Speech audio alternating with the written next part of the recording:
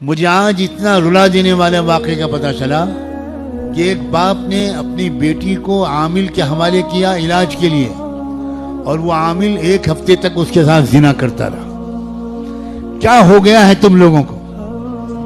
میں کون سے الفاظ میں تمہیں ڈانٹوں؟ شاید تم حضرت عمر کی پٹائی کے مستحق ہو۔ تمہیں سمجھانے سے سمجھ میں نہیں آ رہا ہے تم کیا تماشا تم نے عاملوں کا لگا رکھا ہے۔ 99.9% عامل کذاب ہیں، دجال ہیں، خبیث ہیں، شیطان ہیں، جھوٹے ہیں، جاہل ہیں، حرام خور ہیں۔ تم نے عاملوں کا دھندا چلا رکھا ہے۔ ذرا سے کچھ ہوا اور عامل کے پاس لے گئے، اور عامل نے کہا کہ لڑکی پر تو بڑا خطرناک آصیب ہے، آپ کو اسے میرے پاس چھوڑنا پڑے گا، آپ شام کو چھوڑ دیجیے، کل صبح لے جائیے گا، 1 ہفتے تک آپ کو لانا پڑے گا۔ اب وہ لڑکی اس کو کہہ دیا عامل نے کہ اگر تم نے یہ راز فاش کیا کہ میں نے تمہارے ساتھ کیا ہے تو میں خود واقعی آپ سے بھیج کر تجھے پاگل بنا دوں گا، تجھے کپڑے اتروا کر سڑک پر رکھواؤں گا۔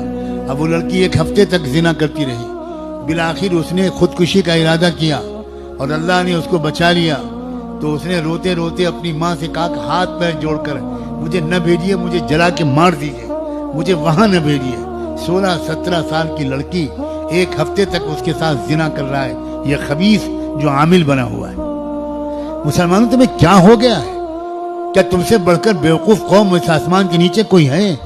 کھرے کھوٹے کی کوئی پہچان ہی نہیں رہی تمہارے اندر۔